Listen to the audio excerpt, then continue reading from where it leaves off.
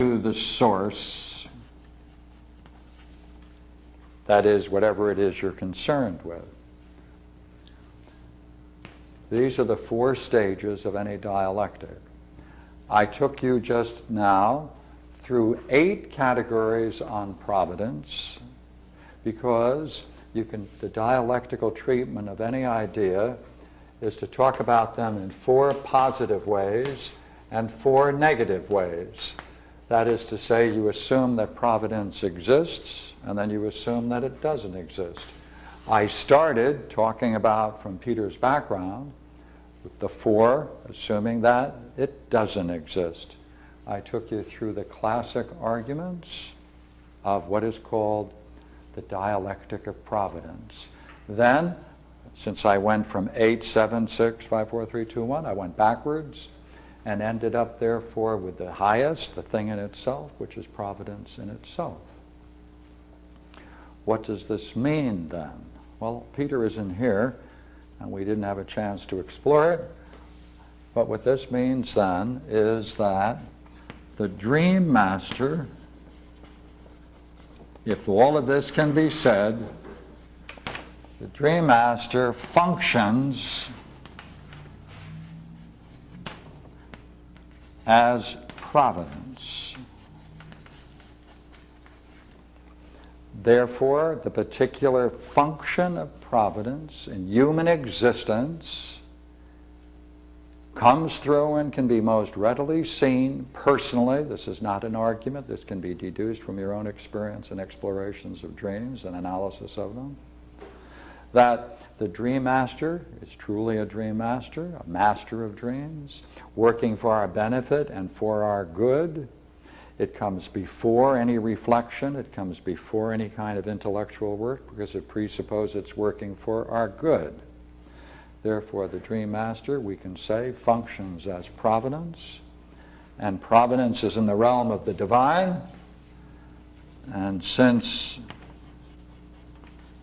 providence is in the realm of the divine, Greek thought,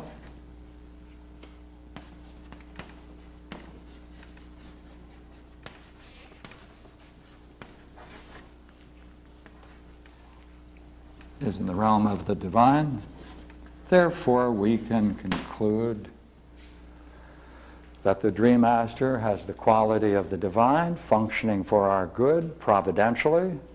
It can be understood through these 8 categories.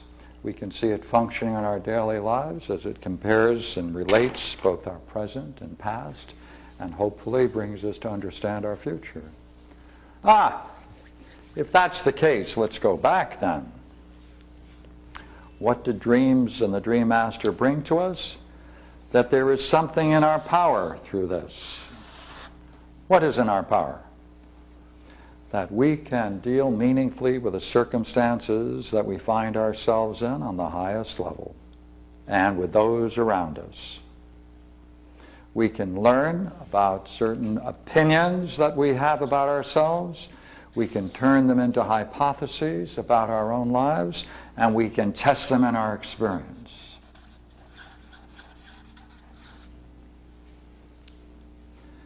This work brings us then to a knowledge of seeking patterns. It brings us to understanding by integrating and connecting our present and past.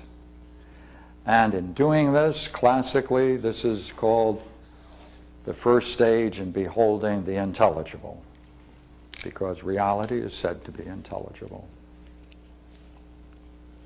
I have a quote from my favorite philosopher who is responsible for all of the work I've just gone through, with Plato as well as Proclus. This comes from Proclus. The goal of man, then, through providence, through the agency of providence, is becoming a God as far as it is possible for the soul to be so. It will then understand the divine alone, will grasp then the ineffable knowledge of all things according to the one within ourselves. So I wanted to share that with you. Thank you. Now let's throw it open any way you want.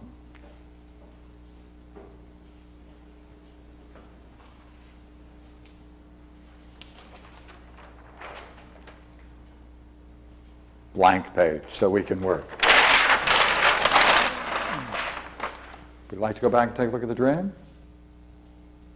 Well, you mean ours, or Pardon me? was it our dream, or? Oh, you have one with you? I've got a historical dream.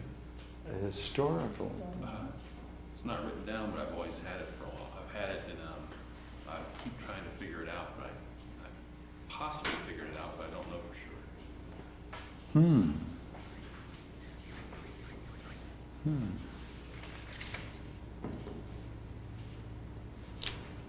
Let's see what we can do. Well, okay, And I'm work down. together. What? Sure. Okay.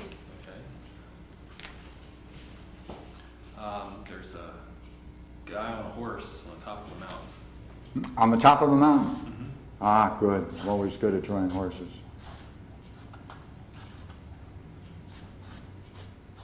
Yes, go ahead. Actually, the horse is to the left, and the guy is looking to the left. He's looking to the left. He's looking to the left, and the horse is looking to the other side.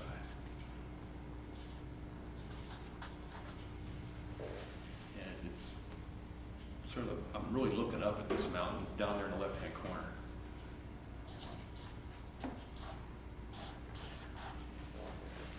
I couldn't really tell what color it was at this point, the horse, but it's a black mountain. A black? Black mountain. It's black. It's The mountain was black? the mountain's black, and it's like blocks stacked on top of each other. What's stacked on top? It's very blocky. Oh, okay, okay. I'm good at drawing blocks. Go ahead. And all of a sudden, the horse and the rider start coming down the mountain on a path.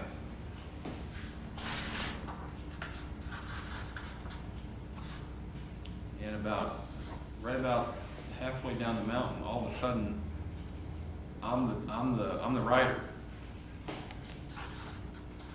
I'm no longer watching it. I'm actually riding the horse, and I'm hanging on for dear life. And I'm scared stiff. Pardon me? I'm scared stiff. Scared. Scared. I think I'm going to die, but I'm not sure I'm going to be able to hold on to this thing. And as I'm passing down there, look at the side of the mountain, and I can see like this, it's like a slot, and it's like water. It's like psychedelic, like oil in the water.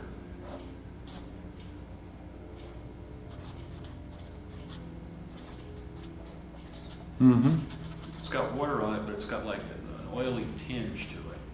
It's a color, it's real color, like oil on water, so lots of colors.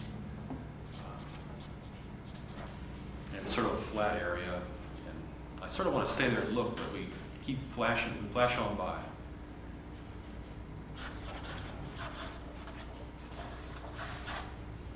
And then all of a sudden, the horse and the rider, they come to a little tiny pool.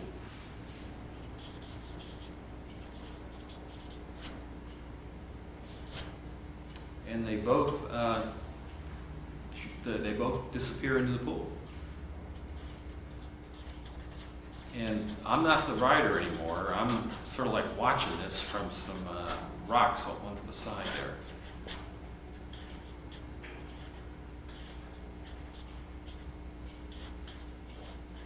So when I see them going into the pool and disappearing, I sort of say, wow, and I go over there and look in the pool. And I get up there on the edge of the pool, and I'm looking down in the pool, and the pool is sort of like that water again. It's sort of like, you know, with oil on it, got all kinds of color.